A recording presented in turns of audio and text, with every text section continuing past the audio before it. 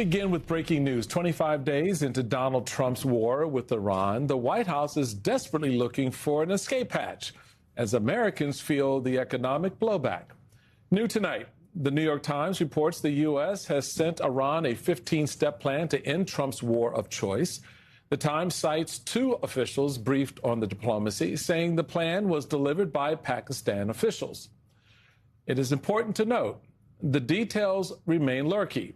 It's unclear if Iran will accept any offer or who in the Iranian regime might have seen it. As for Trump, well, he once again teased the idea of a possible diplomatic breakthrough today, but he offered no evidence to back up his ramblings. Just his word. JD is involved, and Marco is involved, and Jared Kushner's involved, very smart guy, and Steve Witkoff, smart guy, is involved. And I'm involved. I'm involved. Do you think I trust them? I don't trust them. Then why bother talking to them? Because they're going to make a deal. They're going to make a deal. I think we're going to end it. I can't tell you for sure. You know, I don't like to say this. We've won this. This war has been won.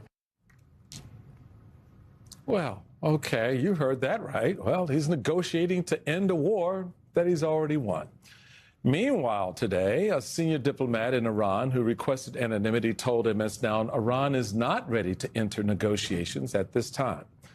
Also breaking tonight, MSNOW just confirmed the Pentagon is preparing to send about 3,000 soldiers to the region. The troops from the Army's 82nd Airborne Division are in addition to nearly 5,000 Marines already on their way to the Middle East. That's a total of nearly 8,000 troops headed to the region. Here's how House Democratic leader Hakeem Jeffries pushed back this afternoon. Not a single troop should be put into harm's way in the context of Donald Trump's failed effort to try to bomb Iran out of existence without any clear strategy to improve the quality of life of the American people. Let's bring in MSNOW International Affairs analyst Michael McFaul. He served as the U.S. ambassador to Russia during the Obama administration. And Ona Hathaway, professor of international law at Yale Law School. She's also director of the Yale Law School Center for Global Legal Challenges. Ambassador McFaul, help me, based on your diplomatic experience, make sense of all of this disparate reporting. You have the Egyptians, the Pakistanis, the Turks involved in some of these mediations, negotiations. You have the United States, this administration apparently sending a 15-point plan over to Iran. But then you have the Iranians saying, we're not talking with the United States or anyone else. Your sense of where things stand at this hour? I want to be honest with you. I have no idea because of what you all just showed us, right? Multiple messages. We've won the war. That's what the president described. And then you just reported that we're sending the 82nd Airborne there. Why are we sending the 82nd Airborne there if the war is already over and we've won? Second, we're now in the fourth week of this war. I still don't know what the objectives is. How do we define winning? Is this regime change? Is this eliminating their nuclear program? Is this wiping out their ballistic missiles program? And if it's the latter, then is it 80% or 90% or 100%? We have no idea. By the way, over the course of the various weeks, we've also heard that it was to eliminate terrorism and other objectives have been thrown on the table. It's still not clear. And third, the main point about negotiating. So first of all, I want to be clear. If we enter into negotiations now, we're entering into negotiations with the same regime that we claimed earlier in the war that we're overthrowing. It's the same regime. There has been no change in the regime. Change in leaders, not change in the regime. But what are we negotiating in terms of the terms if, as the president said, we already won? Why do we need to negotiate then? So I have to say, I'm extremely confused. And if I'm confused, I'll bet you a lot of other Americans are too. Well, to be clear, I'm confused, Ambassador. Ona, I'm very confused because now remind me if I'm wrong, or correct me if I'm wrong. During the Obama administration, a deal with Iran was in fact struck. And I don't think that deal was struck overnight, and it wasn't struck during the throes and in the pressure of a war. That took time and high-level diplomacy. Are we now supposed to believe that this government, that, Steve Witkoff, Jared Kushner, and J.D. Vance are going to negotiate peace with Iran and potentially another nuclear deal in a matter of days? I'm not buying it. And I'm concerned because, one, our troops are being sent, our servicemen and women are over there, and they are in danger. Secondly, about the economic effects. This is from the New York Times today.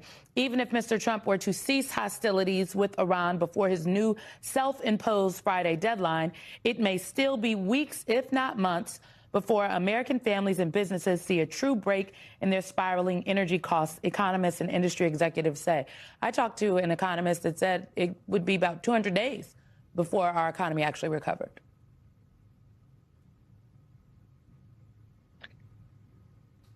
Yeah, you're absolutely right. I mean, this is really a war of choice that's being waged for no good reason.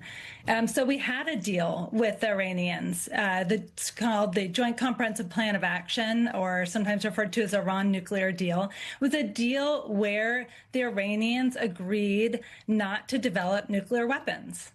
And President Trump just tore that up. He tore it up and he threw it out the window. And now he's looking to get a deal to do exactly the same thing. So it's really unclear what it is he's trying to do here. And it's having all kinds of terrible economic effects in the meantime. The closing of the straits means that oil and natural gas is not going through to the international markets. That's pushing up the price of gas around the world. Ordinary Americans can see that when they go to the pump. They can see the price of oil has gone through the roof. And so it's really hard to see what it is that we're fighting for here and what it is that President Trump thinks he's going to achieve that we didn't already have. That's the absurdity of all of this, is we had a good deal with the Iranians. It took a long time to negotiate, and it was working. And the president hasn't made clear what it is that he is going to do that's going to be better than what we already had. Ambassador Ona is right on all counts. we had it all right at the table, all negotiated, all laid out. Everybody signed off. And it was one numbnut in the jar that broke loose and broke the jar for everybody. And that's where we find ourselves. So I need you to help me, sir, understand the answer to a question that our team and I and others have been pondering. Is the president delusional or in denial about an Iran deal? And I ask that because today, he made this claim about getting some goodies from Iran. Let's just take a listen to the next level of Trump here. They did something yesterday that was amazing, actually. They gave us a present, and the present arrived today. And it was a very big present worth a tremendous amount of money. And I'm not going to tell you what that present is. It was oil and gas related, and it was a very nice thing they did. Was it related to the Strait of Hormuz and the flow of... Yeah, it was related to the flow and to the strait, yeah, it was. Are you negotiating on who's going to control the strait from now on? No, we'll have control of anything we want. I'm not going to tell you what it is, but it was oil and gas related. I mean, who's... Help me understand how this plays in the real world, where our soldiers are now landing at some point this week in Iran. Civilians have already been killed. The world economy has been upended. And this is the ping pong back and forth crazy that we have going on coming out of the White House.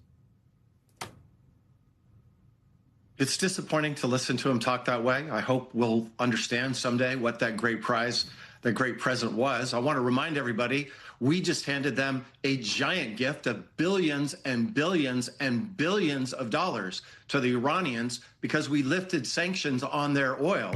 So I hope we heard something in return. But I want to go back to the original thing you all were just talking about a few minutes ago. All presidents, Democrat and Republicans, have been against Iran from getting a nuclear weapon. All presidents, Democrats and Republicans, as long as I've been studying Iran since 1979, do not like this horrible regime inside Iran. The question is, how do we deny this regime from getting a nuclear weapon? And when I was in the Obama administration, we negotiated a deal. We used diplomacy and sanctions to do that. Trump's now used force. And the question is this a better way to achieve that objective or not? Right now, I think the answer is clearly not.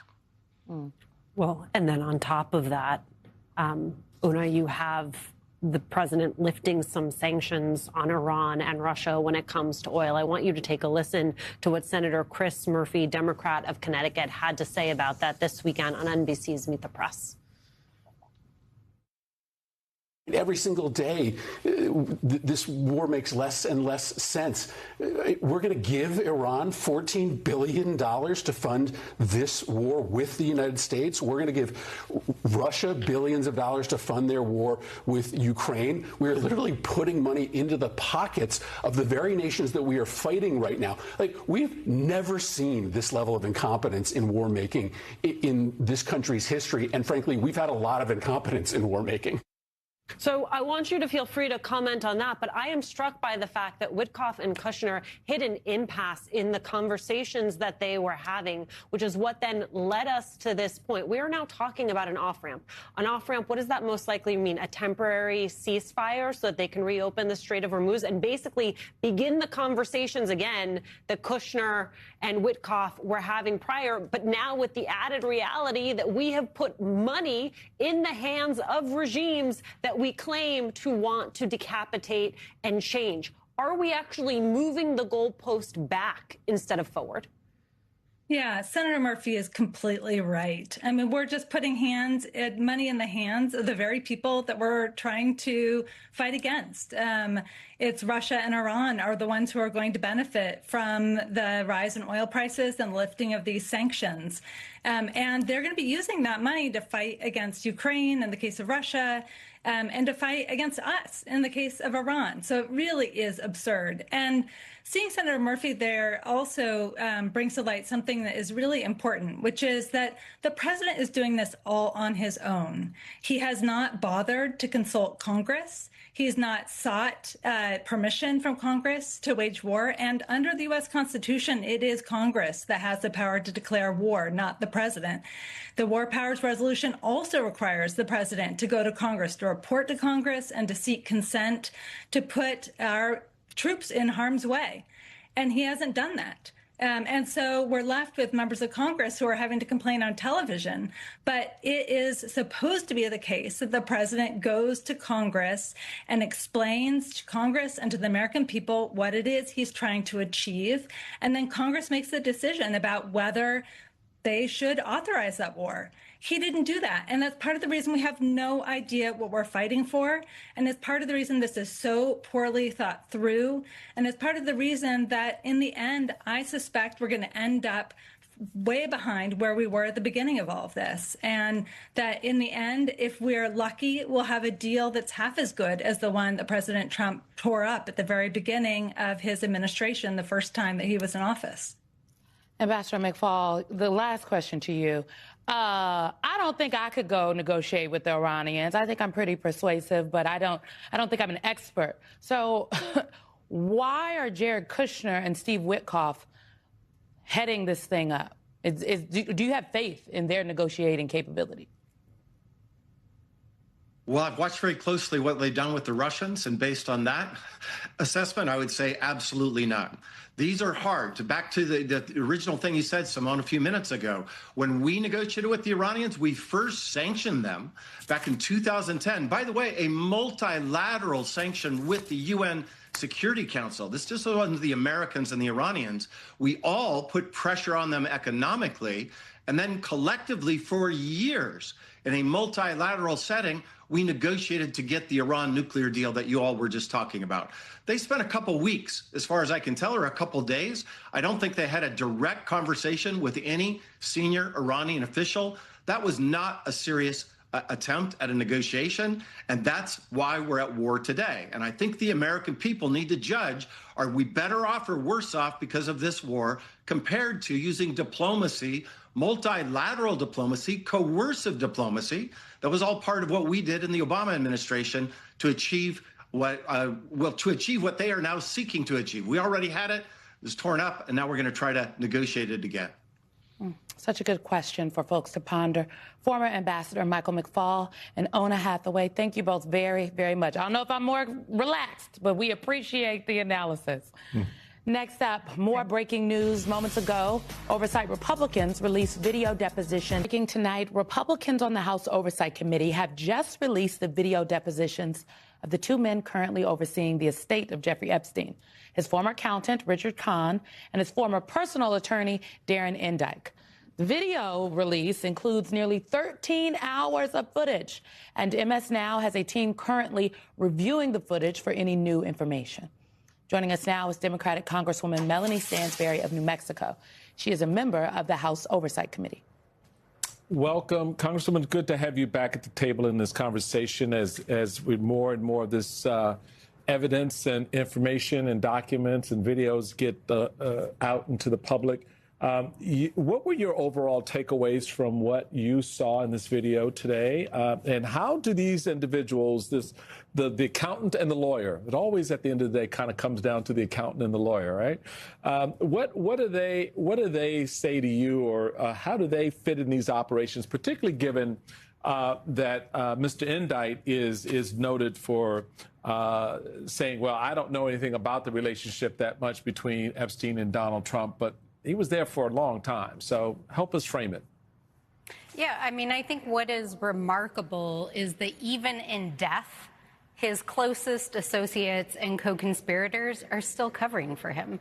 And I think that is what is so remarkable about this story, is the network of powerful people and individuals who are in Jeffrey Epstein and Ghislaine Maxwell's orbit, who even after they committed crimes against over 1,000 women, sexual abuse, financial crimes, that you still have individuals who work for them for decades who were at the center of the very criminal activity, who are claiming they never saw anything and they never saw any misconduct. But I think it's important to understand that both the lawyer and the accountant whose depositions were released today stand to make tens of millions of dollars off of their execution of Jeffrey Epstein's will. And the way the will is structured is that there is a survivor fund, and at the end of that, they get to basically keep whatever is left over. And we don't know what was written into whatever contracts, but it's clear that they have a financial interest. And in fact, his lawyer, who we interviewed last week, we believe has made over $90 million to date, more or less what he stands to get at the end. And to me, all of this at the end of the day points to the cover-up, whether the cover-up happens because of the people that surrounded him, who insulated him from conviction, or the cover-up that goes all the way to the White House with the continued effort by the AG and the deputy AG to insulate the president from accountability in what we now believe to be 2 accounts of potential rape of a minor. And so this is why we've also deposed Pam Bondi. It's why she is scheduled to appear in front of the committee, and we demand answers. There was an interesting moment in today's deposition when Endike was asked about whether or not he had ever directed these survivors to not speak with law enforcement. Let's listen to how he answered that question. During the previous hour, I believe the minority had asked you if you ever had any contact with victims. I believe you answered no. Is that right? Yes, I think so, yes. I think that's when you say contact other than assistance, right? So for the record, you never told victims not to contact or speak with law enforcement. Is that right? So the answer is yes. I never told anybody not to speak with law enforcement. It's confusing there, Congresswoman, as our colleagues at MSNOW have reporting that they have spoken to at least one survivor who said that's exactly the conversation that she herself had with Endike. She was sent to Endike in part to talk about her immigration process, immigration forms. In that conversation, he says to her, don't go to law enforcement. I am paraphrasing there. Do you think it is possible that he perjured himself? I think it's possible that he perjured himself throughout that entire deposition, because throughout the entire thing, he claimed he had no knowledge of the crimes when he was on the defense team that was defending Jeffrey Epstein against the crimes. He claimed that he had not been involved in any monetary transfers when we know that he signed various transactions as the lawyer. We know that he was Jeffrey Epstein's go-between between the lawyers, accountants, and the girls. And he claimed that he had no knowledge of all of these nefarious activities, and yet he literally has spent decades of his life at the center of this controversy. And I'm sorry, I'm not buying it. He came into the committee very soft-spoken, presenting himself as a humble, securities and corporate and family lawyer. But this guy is at the center of Jeffrey Epstein's crimes. And just like everyone else who covered for him for decades, we know he was implicated and never prosecuted by the Department of Justice. And that is why we are going to continue to seek justice in this case. And it's why in New Mexico, not only did we pass a truth commission, but one of the updates that we want to tell people about is that we plan to pursue convictions against individuals who were implicated in these crimes, who were not prosecuted by the federal government. And so we want to turn these Epstein files into Epstein trials, and that's exactly what we plan to do. Can you tell us more about this investigation, Congresswoman? I'm assuming it'll be led by New Mexico's Attorney General. Do you have names right now that the Attorney General of this investigation will be taking a look at? Yeah, so New Mexico's investigation is actually in two branches of government. It's both the Attorney General's office at the state level, as well as our state legislature, which just passed a bipartisan Truth Commission. And the Truth Commission, which is currently chartered through the end of the year, but with a whole slew of resources to do investigations, plans to write a report to unearth the entire story and to make recommendations to the New Mexico Department of Justice about individuals for whom there is evidence to potentially investigate and prosecute. And we certainly already have a list of a half dozen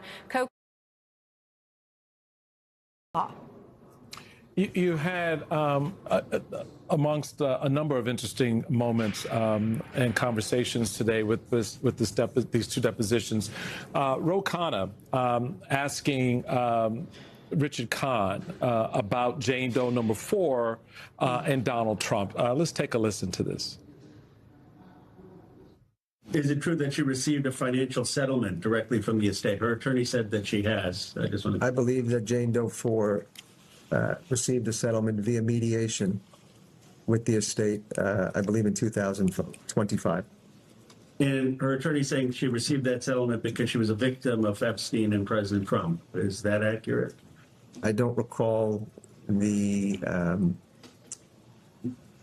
mediation statement or the lawsuit in particular, but I don't have recollection of President Trump. I know that she alleges that Epstein abused her, but I don't recall President Trump. Khan's attorney later clarified Jane Doe number 4's last name is not a name that neither I nor Mr. Khan is familiar with.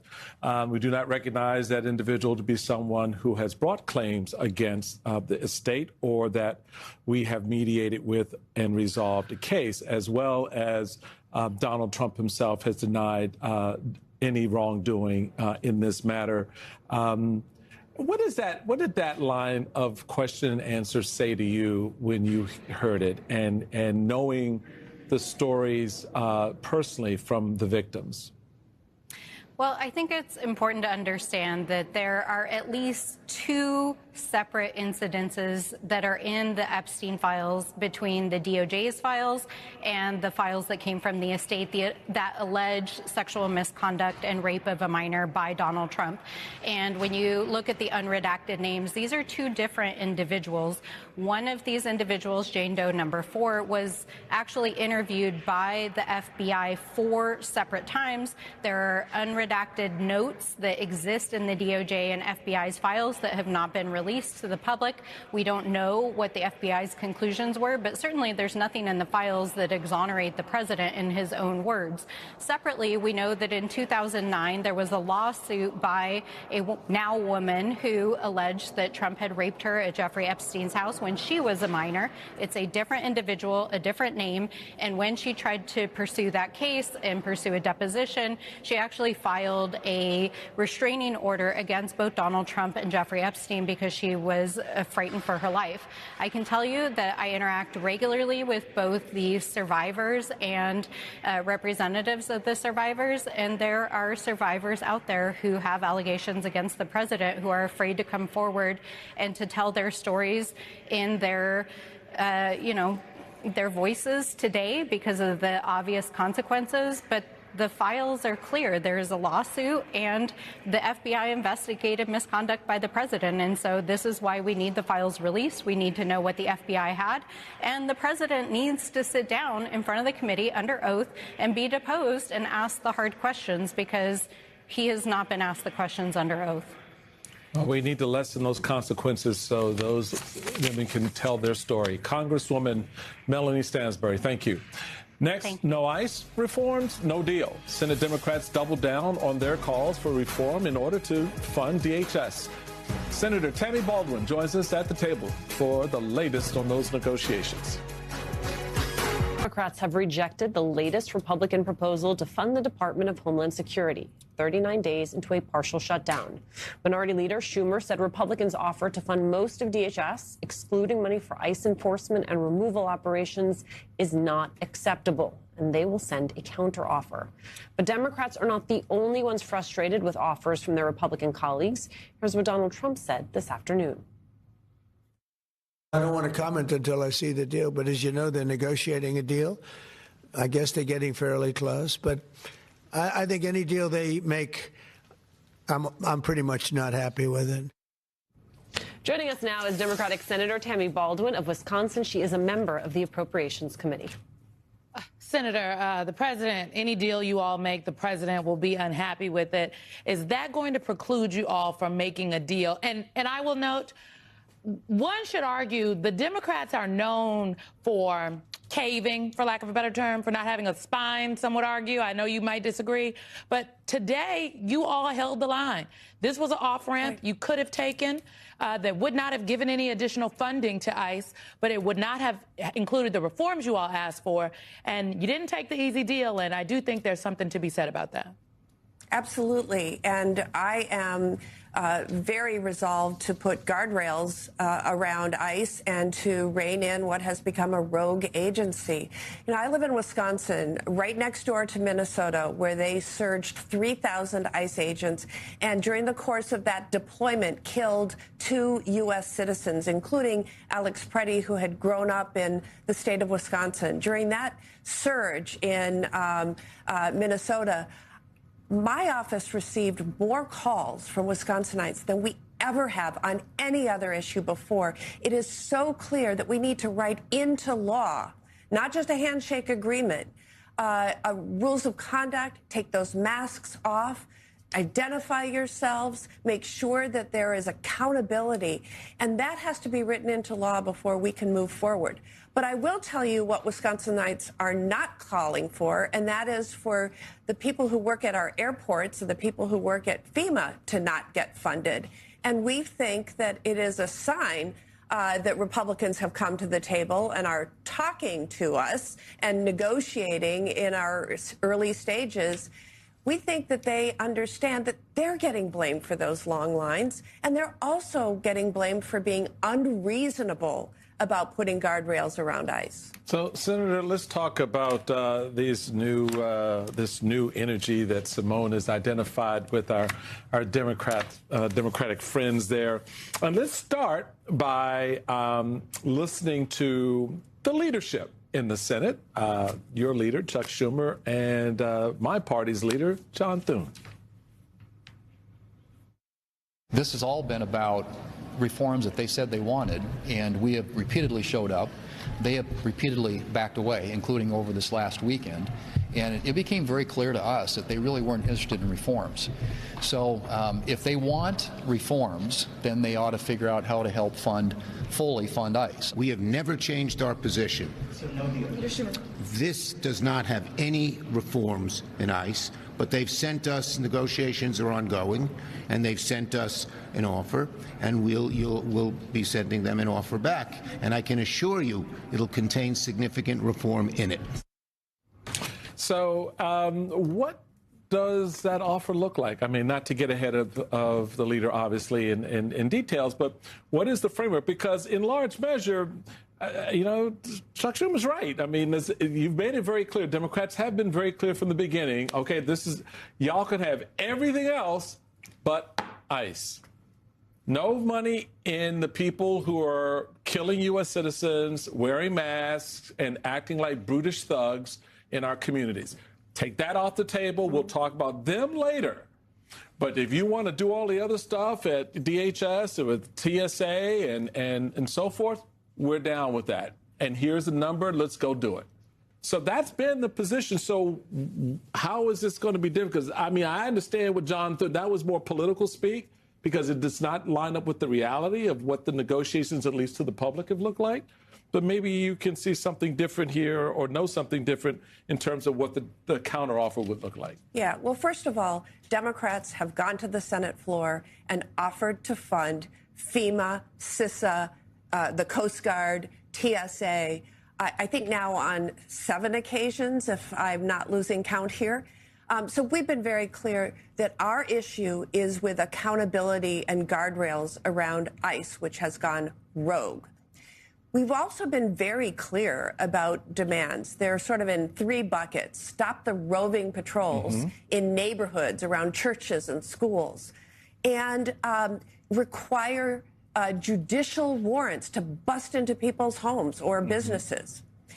Take those masks off. Take the damn masks off. Put those body cameras on. Identify yourself. And then have a basic code of conduct, just like any local law enforcement officer would be subject to, including the accountability and oversight. Now, there's details underneath each of those categories, but those are the things we're demanding. And we've been hearing some movement, but too often we'll just agree to do it, a handshake deal, not in statute. This needs to be in statute. We also are insisting that not only does this need to be something that puts guardrails around ICE and Border Patrol when they're joining ICE in their actions, this is not just the appropriated funding, but remember last summer's big ugly bill contained billions of dollars of additional funds for ICE and ICE operations. And it needs to apply to their conduct when they're being funded by those dollars, too. Simone, I'm struck by the fact that this fight over DHS funding is happening concurrently with the fight over the SAVE Act. And you have been saying since the beginning, Simone, that you were worried that Democrats were moving the goalpost by beginning to talk about voter ID. Here's Thune seeming to take that up. Take a listen. Chuck Schumer said out here last week that they support voter ID. Well, we're going to give them an opportunity to evidence that by putting it up for a vote. Later, I'll be filing an amendment that would require photo ID, and we'll see what the Democrats do. Simone, I tip my hat to you because you called this the minute that Schumer started talking about voter ID. I was concerned then, folks, and Senator, I am very concerned right now.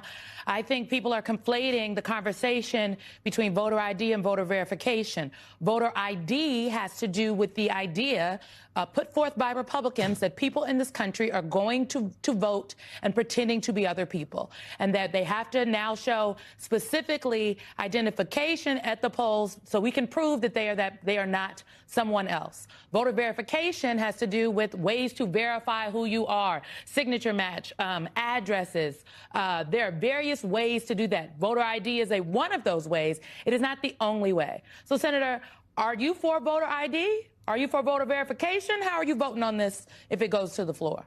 Yeah, so let's just break this down a little bit. I am not for federalizing elections. I am not for the federal government to come in and seize voter registration lists and apply some algorithm to them. I am not for them to dictate to the states how they are going to conduct their elections. And so this idea of a photo ID, most states require one when you go into the polling place on election day to show that you are who you say you are. They have different standards. The SAVE Act is so focused on proof of citizenship when you register to vote, and have created and erected huge barriers in this legislation that would make it difficult for American citizens to register or re-register if they've moved or changed their last name or want to change party affiliation in their registration. All of those things require re-registering and specific documents that are not cheap and not easy to get. And no more voter registration drives that your League of Women Voters participates in, or you do at college when people are registering for their semester, because you have to go and present yourself at an election clerk's office. And that is going to, all combined, both lead to federalization of elections, but also disenfranchise people who would otherwise want to participate and exercise their franchise. Senator, I don't want to get you in trouble, but you said at the moment that I was thinking I was back at an old line Republican meeting. It sounded like an old line Republican talking about keeping the federal government out of elections. Wow, what a concept. Last point before we let you go, in light of the development today on the war front, you and 5 of your colleagues had put forth a war powers resolution last week. It was appropriately killed by, inappropriately in my view, actually, killed by Republicans.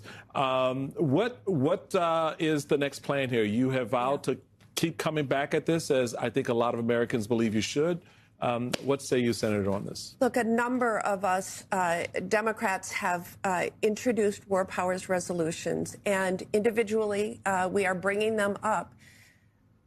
We would prefer instead to have Senator Thune demand hearings of Pete Hegseth and Marco Rubio, because to this day, this president has not come to the American people to tell us why we are in this war, why we have lost 13 He's never service addressed members, the killing of U.S. soldiers. Right.